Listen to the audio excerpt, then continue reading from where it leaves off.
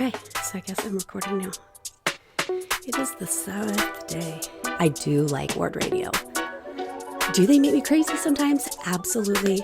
Quite often, actually. Which one should we choose, guys? Where's the one with that lady who, called me up? What did she actually say? Because I'm like, let's see what she says. I listened to the Midnight Mormons podcast. I was in the bathtub last night. So pause it, put the timestamp, and add my commentary. And I was in the bathtub for 2.5 hours. She loves us, dude. She loves us. Which they liked to make a joke out of. And it did sound kind of funny. Wait, was she leaving actual comments? Is this someone who comments on our channel? Have we interacted with this person? Yeah, but it's entertaining. And it gave me a voice. It gave me a way to feel like I was engaging, even though nobody else probably read any of it. When you're a woman, you just want to pour yourself a warm bath, get a glass of wine, and listen to Cardon Ellis go, "You're savage!" No, I was just entertained. I think that the people that you push and prod and mess around with and question the most are usually the people you feel comfortable with and the people that you enjoy the most. It's stimulating conversation for me. Anything to do with religion, most especially LDS Mormon faith. It's what I know, it's what I loved, it's what I studied. It was basically my identity. The majority of people I love and know are still members. And so I would like there to be more dialogue, more openness, more back and forth, respect for each other. I just like the look of it. It draws the eye, and I really like it. But it's the Anti-Christ Playbook. And it's written by Jeffrey Borders. It says, a guide for young saints to avoid deception and defeat the devil. I just think that sounds super fun. Cardon Ellis, he read aloud the foreword to the book. And it's craftily written, and it's cool, and he uses some big words and humor, and also mischaracterizations and assumptions, painting anyone that is not for the Church of Jesus Christ of Latter-day Saints or does not believe in its teachings, questions any pushback at all would be an enemy, the other. So I feel like he paints too broadly what he sees Antichrist to be. His experience, you can see it's very different than my experience growing up in Utah. I don't know for sure, Cardon let me know, but I would think that you would consider anti-Mormon even a more powerful Antichrist. You know, someone that actually knows the doctrine, lived it, believed it, has left it, and now can actually speak to it with some level of experience and understanding. So that's how I see it. If I'm wrong, okay. But I don't think I'm wrong. I want always to be professional, I want to do things right. But the way that my brain works and the way that I interact with the world are not the way that I want to. It's just the way that works for me. So instead of being methodical, taking it point by point apart, strategically explaining all, I know that that's what scholarly people do. And it's really impressive. I don't work very orderly. So as I like to do this, I'm doing it for fun and kind of journaling my journey, I guess, and hoping maybe it will help other people whose minds work the way that mine does, which is not normal.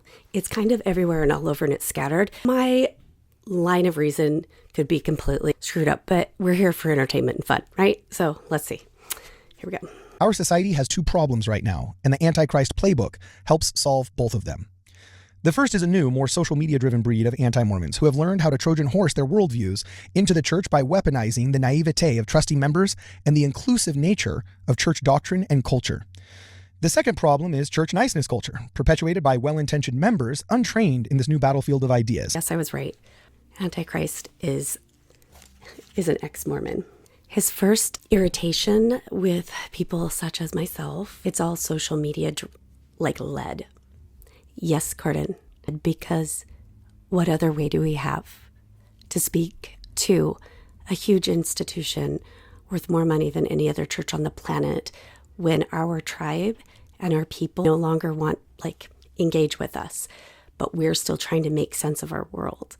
Come on, we use the internet and we use social media, and so do all the LDS folk. So don't act like LDS people don't know how to use the internet and social media. We learn how to Trojan horse their worldview into the church by weaponizing. You're probably a little bit right there, because I was one of those. I was naive, and it was being naive because I didn't look outside of church sources for information that I had my world rocked, because I didn't know anything different. And I do want people to be educated now. I do want people to be informed. Less information, less freedom. We're trying to hurt people using their lack of knowledge. Okay, first, I'm not trying to hurt anyone. I'm trying to inform people that are looking to be informed, because those are the people that find the information. That's how I found it. It wasn't someone that was a believing member or someone that left the church that was like, hey, let me just create all of this social media and just direct it to people that I know to try to destroy their faith in the church. That's just not it. But anyone that's looking, I do want to have a voice in sharing. I understand. I want to support you and love you and tell you you're going to be okay.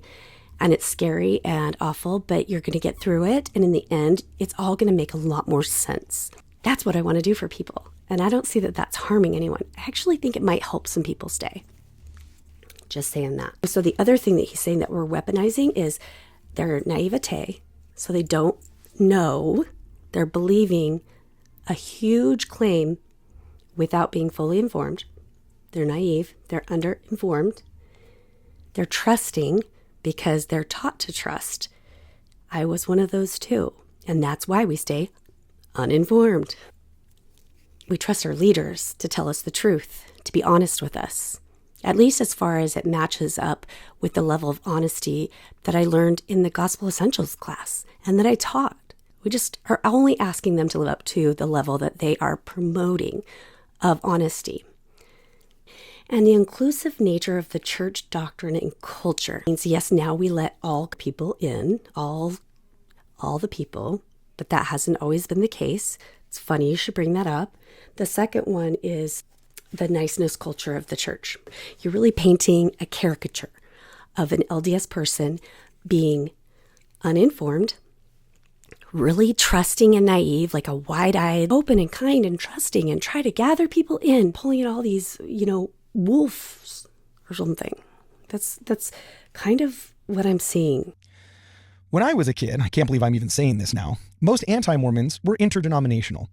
It was coming from overzealous evangelical or Protestant ministers hell-bent on exposing Mormonism's corruptions of Scripture. Loud and proud anti-Mormonism was annoying, but served a very useful signaling function. You knew who the enemy was because he was wearing the Mormons Are Going to Hell t-shirt, and the signed copy of the Godmakers was on his shelf.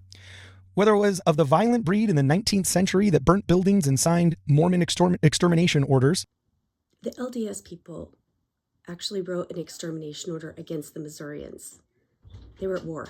That's a fact that doesn't get a whole lot of traction, so I understand you've probably never heard it, and that's okay. That's pretty much a straw man too. It sounds so ooh scary and so picked on, and we've been treated so badly, but in fact we were taking over people's land and bringing a whole bunch of people in that were living a way that the people around them didn't want them to live, and there was a lot of violence, and Mormons didn't play very nice. That's just a fact. Or just the annoying breed in the 20th century that hired conference protesters to make noise outside of our chapels. The term anti-Mormon went hand in hand with Christian or evangelical or Protestant and generally implied some other kind of church membership. That all changed in the 21st century. Isn't that weird? Back then, the Christians were the bad folks. They're the bad guys. They're the scary ones.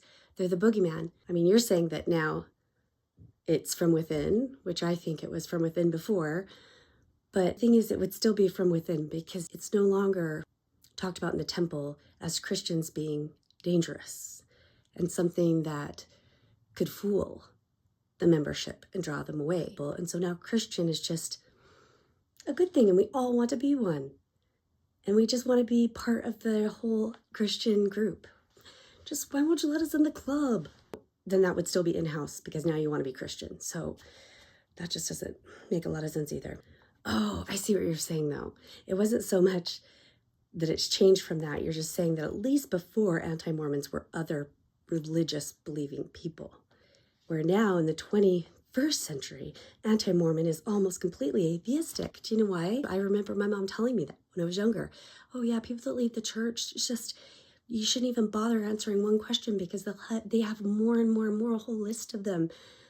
Meaning that they were trying to just attack the church, when in reality, once one of the cards falls in your house of cards, all of them fall and all are in question. And so yes, it's more than just one answer is going to suffice.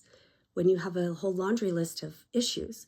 Most often people believe in a Jesus and God as taught in the LDS religion. We don't really have the same Jesus as Christians. It's kind of a whole different world. And a lot of times God, the ability for us to jump back into another box of a God constructed, it's just not tenable. Like, it isn't something we want to do, and it's just not enough. My mom used to say Mormonism ruins people for any other religion, meaning it's like the pinnacle. In reality, it's just so absolute, so black and white, and so rigid that once those fall away, you see how the sausage was made, and you're just not willing to jump back in the sausage. And so you're right. The majority of people that probably have information that could be really harmful to someone's testimony or belief are people that have grown up with the same belief system and had their own testimony and then found more information. So you're probably right about that. I think it's a problem. You can take whatever flavor of social progressivism is popular that week, sprinkle in a few nebulous Bible verses, and rebrand your attacks against traditional family, faith, or Christianity as real Christianity itself. You can instead rebrand yourself as a, quote, progressive Mormon, end quote, and pat yourself on the back and maybe even charge a little bit of money. So is money evil or not? Like, I don't know, because you make a few bucks from your work. Why can't other people make a buck from their work without it being used against them? It feels very hypocritical, short-sighted, myopic. Russell Nilsson. Many anti-Mormons even purposefully maintain their membership in the church as long as they can to do as much damage from within as possible. Like Michelle Stone? Is that what you're talking about? Those kind of people? It's hard to really be a mole and be undercover and be problematic in your ward. But the idea that the most dangerous ones stay in the church, that's like so, you're not only dividing us versus them, people that family members and friends that leave the church, you're not only like severing that connection, but you're also making everyone at church think, who's the undercover wolf? Who's the mole? Is that going to serve anyone very well in a ward family? I think it's a problem. You get to be invited on all the anti-Mormon cultural Marxist podcasts and symposiums without worrying about excommunication because your parents and your... I can only think of Patrick Mason, because your parents or your bishop most likely don't even have social media. And they're swamped with their bazillion, I think that's what that word means, affairs in the church anyway. You're a man who can literally serve two masters. I just think that is really ugly. I think you've built up a gigantic, scary, scary bad wolf. I'm not working any nefarious thing. I do not have a pact with Satan. I have invited any kind of spiritual entity of any sort to come and like make themselves known to me. Satan, bring it on. Like, please, I want to see something. Give me some sort of evidence, please. It's not happening. So we're just humans living a human life, trying to make the best of it because we don't know. This could be all that we have. So we'd like to have connections with our family and our friends and community, and those we love, and have respect and not have them feel like we're a danger to them, which I believe this book, it just further vilifies and divides. Money every time someone leaves the church because you don't just ruin their faith and help them destroy half of their human relationships. No, you help them deconstruct their faith and navigate a faith crisis. Wow. I don't know if any of us, Cardon, have created a faith crisis in anyone else. It has not been my intention. My intention is to help people think, to help people realize there's probably information they don't understand that probably isn't going to make a whole lot of sense, and figure out, learn about your mind, how it works, why we have religion and communities, and maybe stop the really extreme, absolute kind of beliefs. Let's not have people go through what I went through. Let's maybe show them all these different ways that you can talk, that you can ask questions, that you can find alternative answers or responses. Or even if you have lost your faith and you don't really believe literally like you used to, but now you can still find the value in the community, in the beauty, the utility and the goodness of the church. This is the one where your people are. And so if you can find a way to remain, that's would be good, right? I don't understand, because now I can hear you saying, yeah, then you're a danger. I hope you can hear or catch a little bit of what I'm trying to say. I just really think things like this are dangerous. I think they do more damage for relationships and for people's psyche. I think this does more damage than it does good. In a perspective of like, God is super duper real and Satan is here and we're in a spiritual war and we want to be together forever. And if we don't do, like, we have to just kind of put that story a little over to the side and see the other things in the faith. Put some weight in those rather than having all of it be on absolute truth, on knowing, I know this church is true, meaning all the doctrines and blah, blah, blah, but we don't actually even have written doctrine. It's changing all the time. It's just so messy. Let's just set that aside. And like Jacob Hansen's trying to promote, like, look at the good the church does. And let's just benefit from that. And maybe it wouldn't be so heavy. It wouldn't be so soul crushing and family shattering if everything wasn't held, promoted, presented, and so absolute. Does that make sense? I'm not so good at articulating things as you are, but I have a lot of passion and I have a lot of love and I care about people and relationships. And so I care about this. And I just want my voice to be heard. So thanks for listening. This sounds hyperbolic, but it's not. This third wave of anti-Mormonism is effective and ubiquitous. Does this mean we initiate purity tests, start policing social media profiles, and interview every person who has yet to gain a testimony of every verse in Scripture? No way. That would be antithetical to our, dare I say, codified doctrine. What it really means is we all take our religious education a little more seriously, and Jeff is our champion. I hope you enjoy his book as much as I did. Cardon, Ward Radio.